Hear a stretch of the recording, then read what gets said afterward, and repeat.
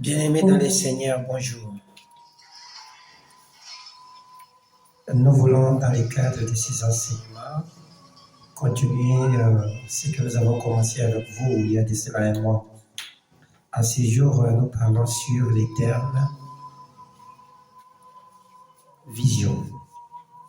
De nos jours, beaucoup de gens ont des visions, ont des songes, ont des révélations. Malheureusement, ils n'arrivent pas à comprendre ou à discriminer de ces trois catégories quelle est la vraie pensée de Dieu qui doit gouverner leur vie. Comme vous le savez, les rêves se définissent comme étant un ensemble de clichés, un ensemble d'images perçues par l'esprit des hommes dans un sommeil. Tandis qu'un songe, c'est une sensation perçue dans l'esprit de l'homme et réfléchie. Et cela ne dépend pas du temps. Mais au-delà de tout cela, vous devez savoir que la vision, elle, est une sensation de l'esprit, est une sensation perçue par l'esprit de Dieu et perçue dans l'esprit de l'homme, communiquée par les divins ou par un phénomène supranaturel. Lorsque vous lisez dans Genèse chapitre 12, le verset 1er, vous allez comprendre que cet homme d'Abraham a reçu une recommandation du Seigneur qui lui disait de partir de son pays, de partir de sa nation, de partir de la maison de son père, d'aller où l'Éternel indiquera. Et de ces lieux-là, l'Éternel le bénira. Le Seigneur rendra son nom grand et fera de lui une source. Vous allez comprendre que l'obéissance d'Abraham l'a conduit à exécuter une mission qui lui a permis de devenir un grand. Mais dans tout ça, vous allez comprendre que même quand vous lisez dans Genèse chapitre 22, que l'idée de notre Seigneur était de le faire voir. Je l'ai dit, dans la conception de Dieu, il n'y a aucune vision qui vient sans la provision. Évidemment, dans la vision de cet homme qu'on appelle Abraham, il y avait une provision derrière. Mais ce qu'Abraham devait faire comme un effort, c'était de marcher conformément à la vision. Or, la vision se décline en trois concepts. La première dimension de la vision, c'est ce que nous appelons une sensation perçue au niveau des sens de l'homme. Là, vous pouvez prendre l'exemple dans l'histoire de cet homme qu'on appelle Moïse. Moïse va, pendant qu'il paissait les troupeaux de son père Jéthro, faire une vision diurne où il va voir un buisson en feu.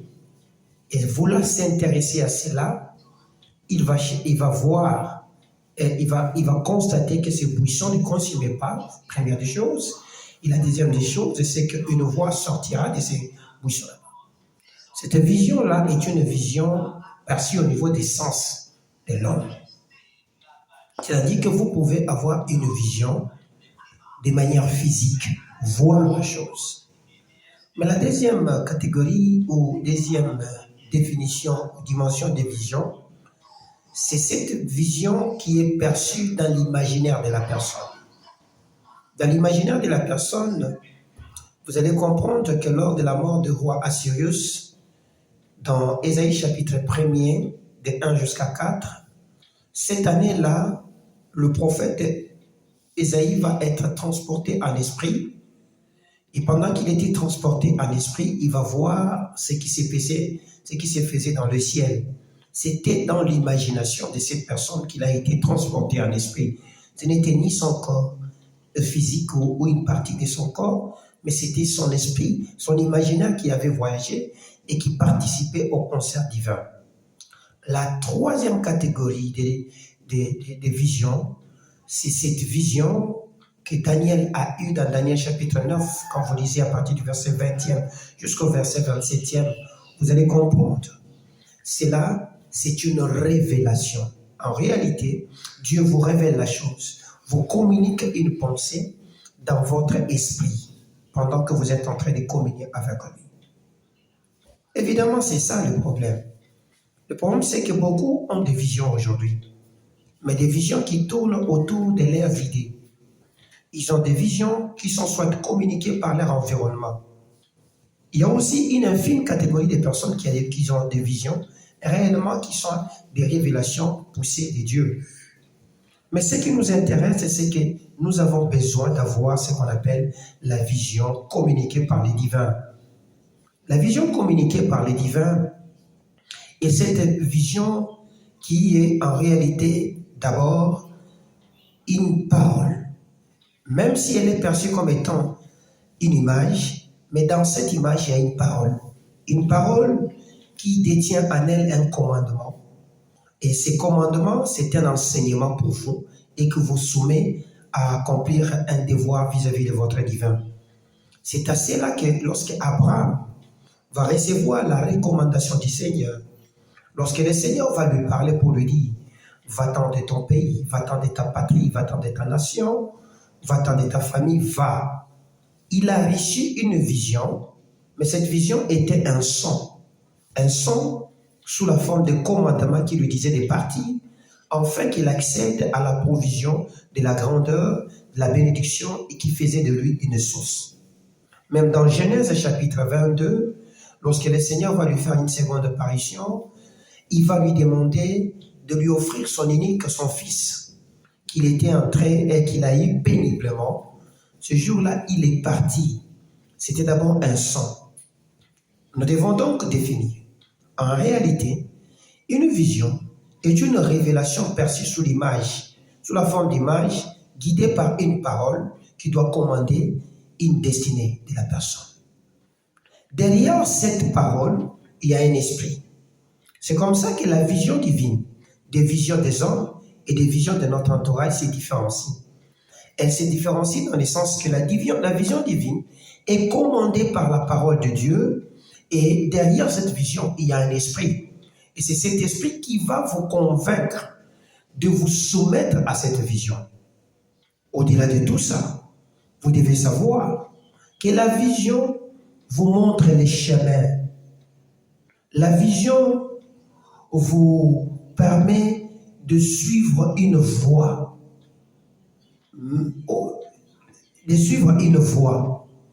Nous devons savoir que quand Dieu donne une vision, cela ne nous exempte pas des difficultés, cela ne nous exempte pas des épreuves, mais au contraire, les épreuves jalonnent notre cheminement dans l'exécution de cette vision en vue et pour que nous puissions grandir, pour que nous arrivions à développer ce que Dieu a mis en nous.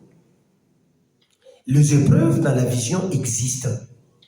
Il n'y a aucun homme de la Bible qui ait reçu une vision et l'exécuter dans cette facilité qui puisse être. Non.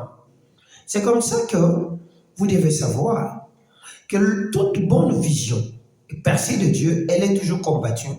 Elle a toujours, combattue c'est trop fort. Elle s'est fait passer par les cribles des épreuves. Les épreuves, c'est un feu par lesquels vous devez passer afin que la brique qui est en train d'être préparée puisse avoir la forme qui convient dans la construction de l'œuvre. C'est ça, de manière générale. Oui, tu as une vision. Mais pourquoi cette vision, tu ne l'exécutes pas? Il y a plusieurs éléments qui poussent l'homme à passer outre de cette vision, de la vision qu'il a reçue. Soit c'est l'ignorance, soit la personne a peur de mettre en marche cet esprit. Voilà pourquoi dans Proverbe, chapitre 28, la Bible nous dit « Un peuple sans révélation est un peuple sans frein ». Et la Bible dit dans Osée « Faute de connaissance, mon peuple périt ».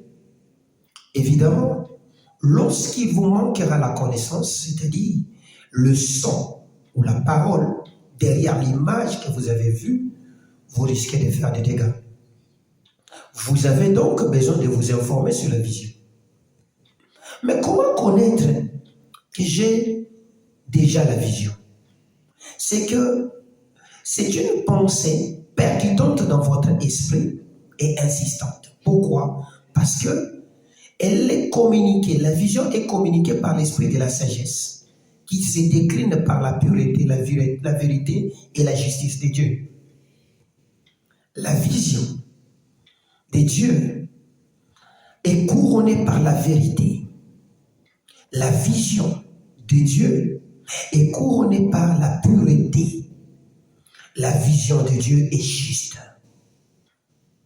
Or, nous devons tous, nous le connaissons tous, que la justice de Dieu se met à l'œuvre lorsque nous acceptons d'exécuter le commandement.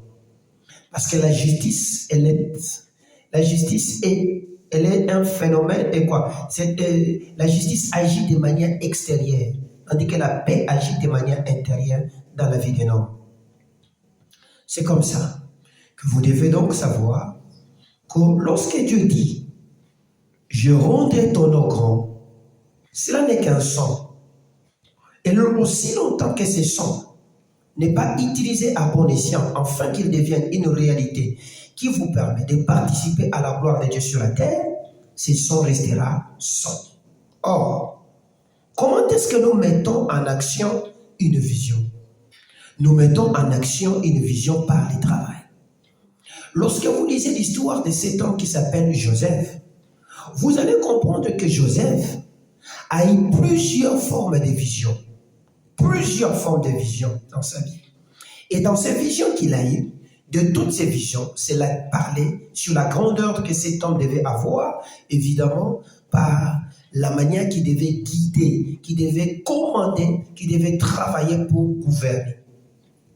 C'est comme ça, en dépit des difficultés que cet homme traversait, en étant esclave, en étant prisonnier, de tous les endroits qu'il a occupés, il est arrivé à faire l'exercice de sa vision. Vous lirez et vous allez comprendre qu'il était toujours en train de travailler, et pendant qu'il travaillait, il en était même devenu le chef des prisonniers, le chef de tous ceux qui travaillaient dans la cour du roi. Bien-aimé, tu as reçu la vision de construire ta société. Mais cette vision ne se fera pas exécuter aussi longtemps que tu resteras en train de le voir comme dans un miroir. Tu as besoin de le rendre réel dans ta vie. Tu as besoin de le rendre concrète dans ta vie. Tu as besoin qu'elle participe à la vie. Elle va donc devenir une vie authentique de toi, une part entière, lorsqu'elle sortira de cet aspect d'image pour devenir une pratique. Tu as reçu la vision de construire une église. L'église ne se construira pas dans ton imaginaire, mais l'église se construira lorsque tu réuniras des chaises, des hommes, et tu trouveras un endroit et tu vas commencer à travailler dessus. C'est comme ça qu'on met en œuvre la vision. Dieu peut te donner, peut te dire, je te rendrai grand. C'est une bénédiction qu'il a déjà libérée. Mais la grandeur ne tombera pas du ciel comme, je ne sais pas, un ange qui viendra te revêtir. Non. Mais la grandeur apparaîtra lorsque tu vas commencer à travailler conformément à la grandeur. Lorsque tu vas travailler dans le domaine pour lequel le Seigneur t'a appelé. Dieu avait appelé Abraham dans le domaine de la foi. Et c'est comme ça que les épreuves de la foi s'étant présentées devant cet homme d'Abraham, Abraham en a travaillé et il en est sorti toutes les fois victorieux. Oui, c'est vrai. Tu as une vision de voyager. Mais réunis les mécanismes pour que tu voyages. C'est alors que la parole que tu as entendue va maintenant devenir réelle. Et le concept de voyage prendra sa forme authentique dans ta vie. Dieu a dit, je rendrai ton nom grand. Le nom dont il parle, c'est ton nom, oui. Mais dans le domaine de la prédilection qui t'a appelé, ce domaine peut être dans la médecine, dans la justice, dans l'administration publique, dans l'enseignement, dans l'œuvre de tes mains, dans le ministère, comme serviteur de Dieu, peu importe le domaine. Il est donc question de reconnaître ces domaines-là. Il est donc question de savoir si ces domaines-là est un domaine pour lequel le Seigneur t'a travaillé et t'a appelé et d'y travailler. Tu es chanteur, oui. Tu as une belle voix, oui. Mais quel est l'effort que tu fournis pour commencer à développer les talents qui a été mis en toi, afin que ton nom devienne grand? Dieu a dit au courant de ces mois, dites à mon peuple, je rendrai ton nom grand. Moi, je ne fais que vous dire. Mais si vous attendez la grandeur en vous asseyant, en ne faisant absolument rien, cela n'arrivera pas. Cela n'aura pas lieu. La grandeur, c'est un concept. Et dans ces concepts, il y a un ensemble des phonétiques, des sons. Et ces sons ne vont pas se combiner pour te revêtir du manteau de la grandeur. Non. C'est toi, quand tu te mettras à l'action, c'est alors que la grandeur viendra. Qu'est-ce que tu fournis comme effort pour devenir grand? Les gens vont poser la question de savoir, mais comment recevoir une vision? Il existe au moins 5 directives que l'on peut utiliser pour avoir une vision. Et la première directive que tu peux suivre, c'est la prière. Dans la prière, Dieu donne des visions, Dieu donne des révélations, Dieu donne des songes. Mais malheureusement, les chrétiens d'aujourd'hui sont devenus plus marmonneurs que des gens qui écoutent. Or, la prière a des dimensions.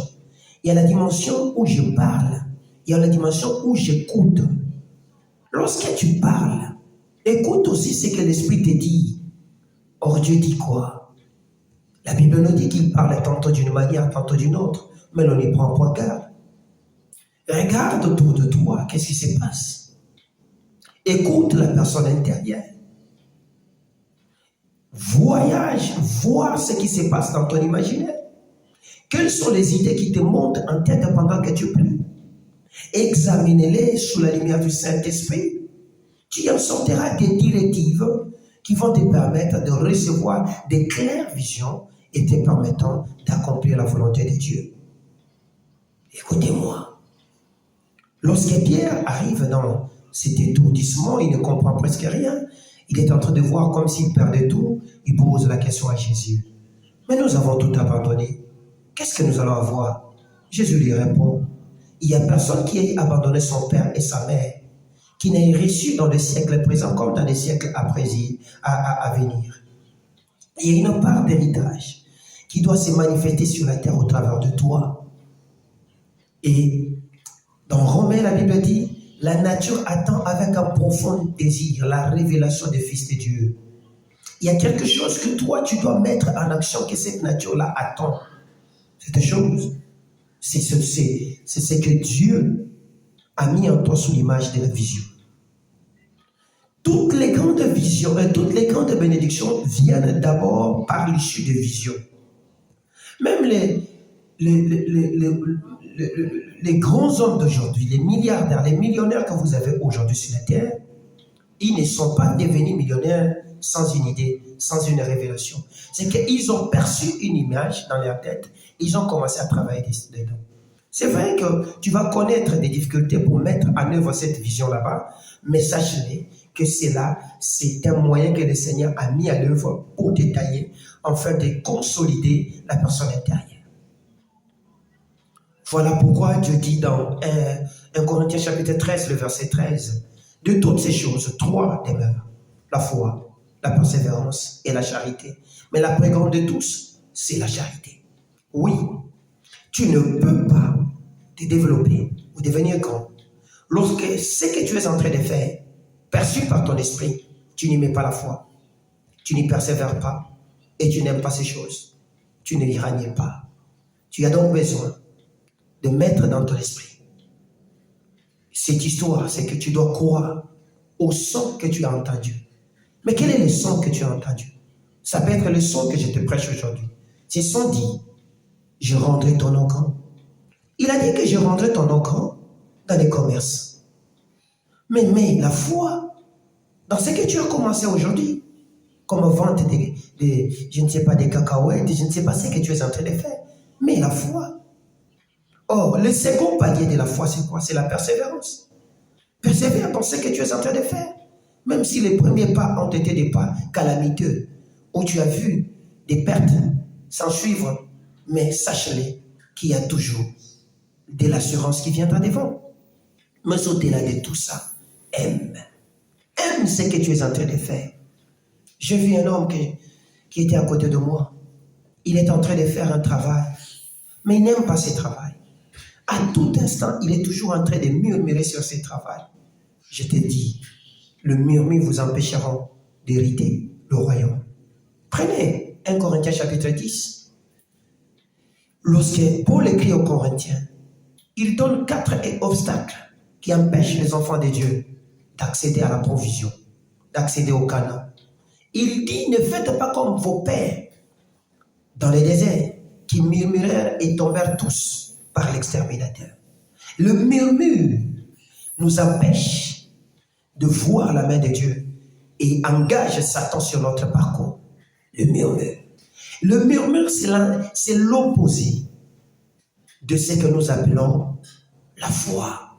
Ça combat effectivement la foi, ça détruit la persévérance, ça refroidit l'amour et cela a pour conséquence la tiédeur et l'abandon. Tu as une vision, elle est merveilleuse en toi. Peut-être que tu la négliges.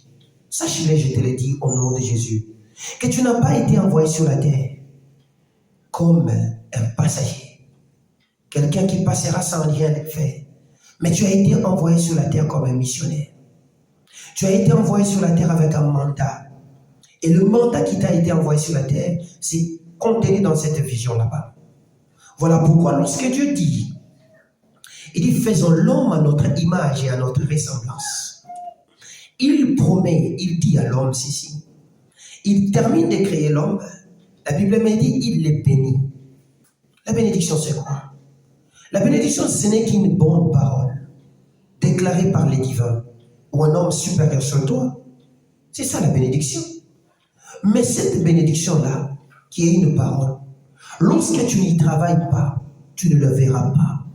Voilà pourquoi certains chrétiens pensent qu'ils passent beaucoup de temps dans l'église, mais ils ne voient rien. Le problème, c'est qu'ils ne travaillent pas. Si tu dois prendre 365 jours en train de prier, sans écouter Dieu et sans mettre ton temps à profit, à travailler sur ce que Dieu t'a appelé, tu ne verras rien. C'est logique. Vous comprenez? Tu as déjà la bénédiction avec toi. Tu veux encore quelle autre bénédiction? Ce que Dieu attend de toi, c'est de développer la vision qu'il t'a donnée. C'est ce que Dieu attend de toi. Mais tu vas le développer comment? En le mettant en pratique. Or, Dieu ne veut pas seulement que tu le mettes en pratique, mais il veut aussi que tu les pérennises. Pérenniser, c'est-à-dire quoi? Que cela devienne une source. C'est comme ça qu'il dit à Abraham, je te bénirai, je ferai de toi une grande nation et je ferai de toi une source de bénédiction. C'est que ce qui a commencé avec Abraham a continué dans les générations à venir jusqu'à devenir une source qui nous arrose aujourd'hui. Or, qu'est-ce qui se passe avec les chrétiens? C'est avec les chrétiens que tout ce qui commence ne finisse jamais. C'est avec les chrétiens que tout ce qui commence s'arrête en cours de route parce qu'ils ne savent pas pérenniser. Or, Jésus nous a donné un modèle pour pérenniser ce qu'il nous a donné. Nous devons regarder à Jésus. Qu'est-ce que Jésus faisait? La Bible me dit ceci, que toute la fois qu'il terminait à faire de ses enseignements, il se retirait avec ses apôtres, avec ses disciples. Il se retirait avec les apôtres pour leur enseigner.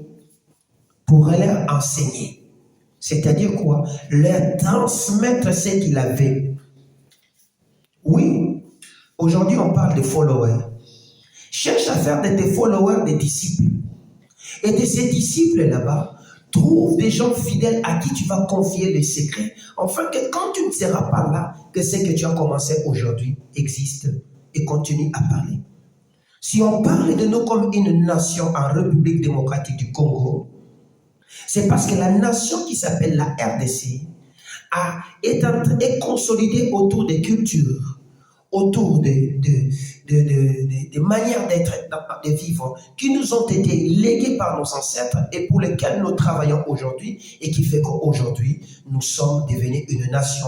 Et chacun à son niveau est en train de perpétuer cette culture là-bas. C'est comme ça qu'on est en train de pérenniser la chose que Dieu nous avait donnée comme vision, afin d'exister comme étant un peuple autour d'un concept qu'on appelle le Congolais. Alléluia. Les Congolais, ce n'est pas seulement la terre, mais c'est toute une culture. La chrétienté, ce n'est pas les noms, mais c'est toute une culture. Ce sont des lois, ce sont des enseignements, ce sont des doctrines que nous devons pérenniser. C'est comme ça que ce que j'ai appris, ce que j'ai enseigné, ce que l'Esprit m'a enseigné, je vous l'enseigne aussi. Et celui qui viendra après moi l'enseignera aussi. Ainsi de suite, nous allons continuer. La vision agit de la même façon. Mais comment reconnaître qu'on a une vision? Nous reconnaissons que nous avons une vision par comment dirais-je, l'esprit qui est dans la vision, l'esprit de la sagesse, insistera en toi. Parce que Dieu ne donne pas une vision et l'abandonne. Mais derrière chaque vision qu'il donne, il y met un esprit et cet esprit te guide. Et l'esprit qui nous guide, c'est le Saint-Esprit. Je l'ai dit, pour avoir une vision, il faut prier, oui. Mais je l'ai dit encore, pour avoir une vision, vous pouvez l'avoir aussi dans le moment d'affliction. Job 42, verset 5. C'est dans le moment d'affliction que Job a su reconnaître certaines dimensions, certaines choses de sa vie qui étaient des visions que Dieu lui donne. Dieu dit ceci, quand il parle à Israël, il a dit, je l'amènerai dans le désert afin d'instruire son cœur. Certains déserts que nous traversons ont pour mission de nous instruire, afin de retenir des leçons pour que cela nous aide à nous développer. Ce n'est pas pour vous détruire, mais c'est pour vous former. Si dans ton désert, tu ne sais pas tirer des enseignements, tu ne sais pas tirer des leçons, tu ne sais pas prendre ce que Dieu est en train de te donner, tu n'y sortiras pas. Pour sortir du désert, tu as besoin de connaître la raison pour laquelle tu existes dans ce désert. Alléluia. C'est comme ça. Oui, les afflictions sont de bons moyens de nous donner des leçons de vie qui doivent constituer des visions pour le futur. Troisièmement, vous avez la foi. Vous ne pouvez pas avoir une vision si vous n'avez pas la foi. C'est qu'Abraham, lorsqu'on lui a parlé, il a cru, c'est comme ça qu'il est parti avec cette image de foi.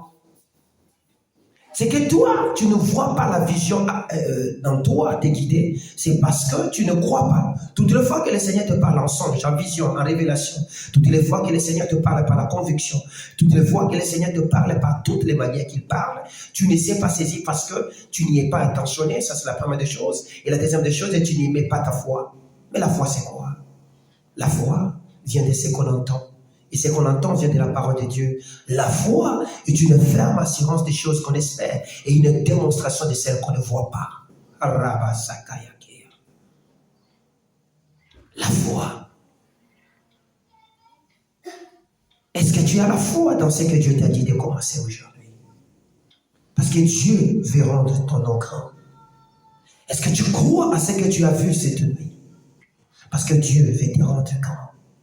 Est-ce que tu crois à ce que tu as vu comme cliché? Parce que Dieu veut te rendre grand. Oui, est-ce que tu crois? Or, nous ne pouvons pas croire si nous n'avons pas des paroles. Nous croyons parce que nous avons des paroles.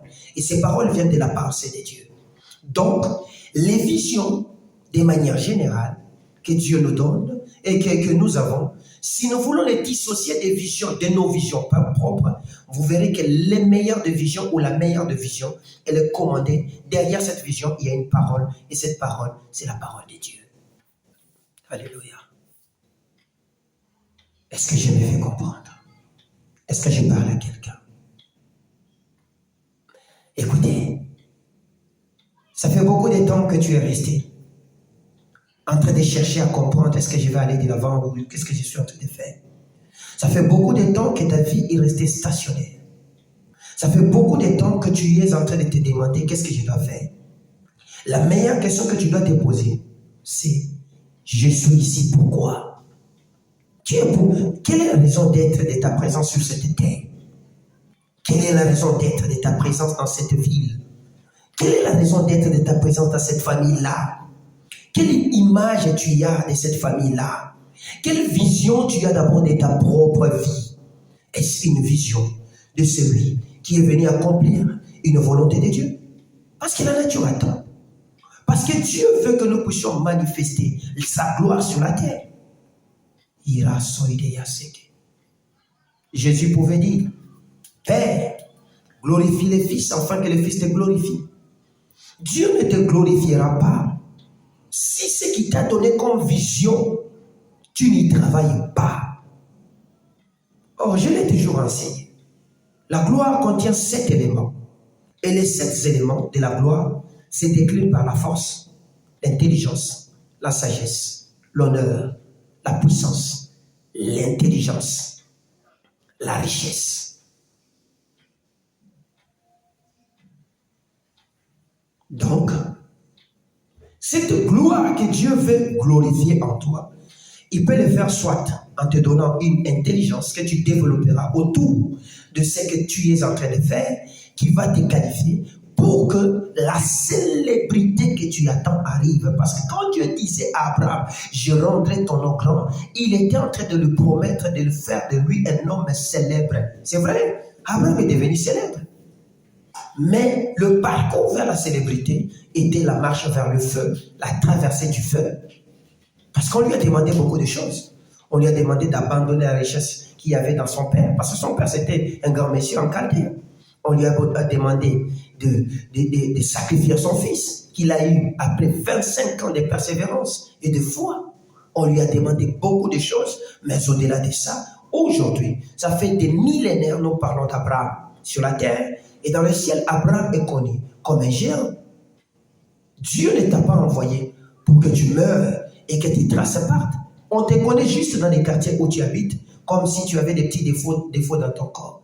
On te connaît juste autour de ton travail. Personne ne connaît ce que tu fais. Écoutez-moi, bien-aimés. Écoutez-moi, bien-aimés. Ne nous leurrons pas. Ne nous trompons pas. Nous devons savoir que Dieu attend. Et parmi les choses pour lesquelles le Seigneur va juger les chrétiens, c'est qu'il dira, qu'as-tu fait de ce que je t'ai donné? Les talents sont des visions. Alléluia. Les talents. Derrière chaque talent, il y a la vision. Derrière chaque talent, les talents des charpentiers, les talents des menuisiers, les talents des chauffeurs, les talents des magistrats, les talents des médecins, les talents des prédicateurs, les talents d'enseignants, les talents des docteurs de la loi, les talents des musiciens, les talents d'adorateurs, les talents dans tous les domaines. Derrière ces talents-là, il y a une vision. Tous ces gens qui sont devenus des grands ici ont des visions. Cristiano Ronaldo avait une vision de devenir grand. C'est comme ça qu'il y a travaillé, il est devenu grand. Toi, tu ne travailles pas. C'est comme ça que tu ne deviendras pas grand. Même si le prophète qui t'a prophétisé est puissant, grand, vaillant, il dit des choses, tu ne le verras pas s'accomplir parce que tu n'y travailles pas. Travaillons, tandis qu'il est encore chaud, afin de manifester la vision de notre Seigneur. Je rendrai ton nom grand. Jésus nous l'a dit. Le nom de quelqu'un, Dieu veut les rendre célèbres. Mais dans ça, il y a une vision. Je l'ai dit. Lorsque Dieu dit dans Genèse chapitre 22, de 1 jusqu'à 5, à Abraham de partir pour sacrifier son fils, il lui a même indiqué les lieux. Il a dit, va dans le pays de Moria. Moria, ce n'était qu'un pays. Mais je l'ai enseigné pour dire, le concept de Moria veut dire voir.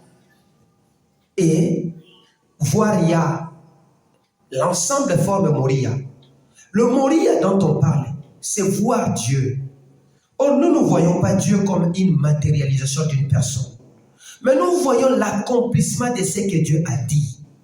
Cela se faisait passer par l'obéissance de cet homme en allant d'abord, en levant les yeux pour identifier le lieu que Dieu lui avait choisi. Parce qu'à Moria, il y avait plusieurs collines.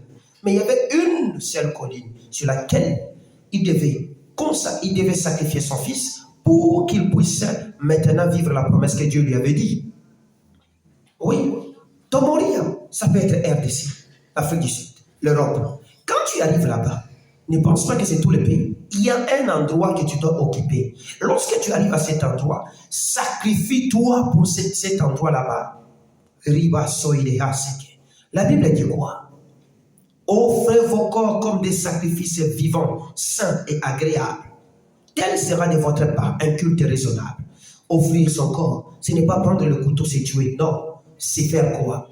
C'est donner l'essentiel de vous-même pour la gloire de Dieu. C'est alors que Dieu vous couvre de sa grandeur. Dans ce que vous êtes en train de faire, que ce soit dans la médecine, dans la prédication, dans tout ce que vous êtes en train de faire, c'est cela. Que mon Dieu te bénisse. Donc, nous sommes tous appelés à partir de ce que nous aimons, de ce pourquoi nous nous attachons, de ce pourquoi nous désirons le plus, mais de nous attacher maintenant à la provision du ciel qui est dans la vision que Dieu nous a donnée, afin de manifester la vie que le Seigneur nous avait dite. Que mon Dieu vous bénisse. Si tu ne le connais pas, prie. Si tu ne connais pas, examine les moments d'affliction que tu traverses. Si tu ne connais pas la vision, crois à la parole que Dieu te dit. Si tu ne connais pas encore, sois sensible au Saint-Esprit, parce que le Saint-Esprit nous parlera. Il a dit, je vous enverrai de mon esprit, il vous convaincra. C'est le Saint-Esprit qui nous convainc, et c'est le Saint-Esprit qui nous dit. J'ai été dans la joie de te laisser ces messages. Ici, c'est la voix de votre humble serviteur, le frère Elvis, depuis la République démocratique du Congo. Si tu as aimé cette vidéo, partage-la maximum et dis à ton voisin que Dieu veut lui rendre compte. Mais il a besoin de considérer la vision qui bouillonne en lui. Au nom de Jésus. Amen.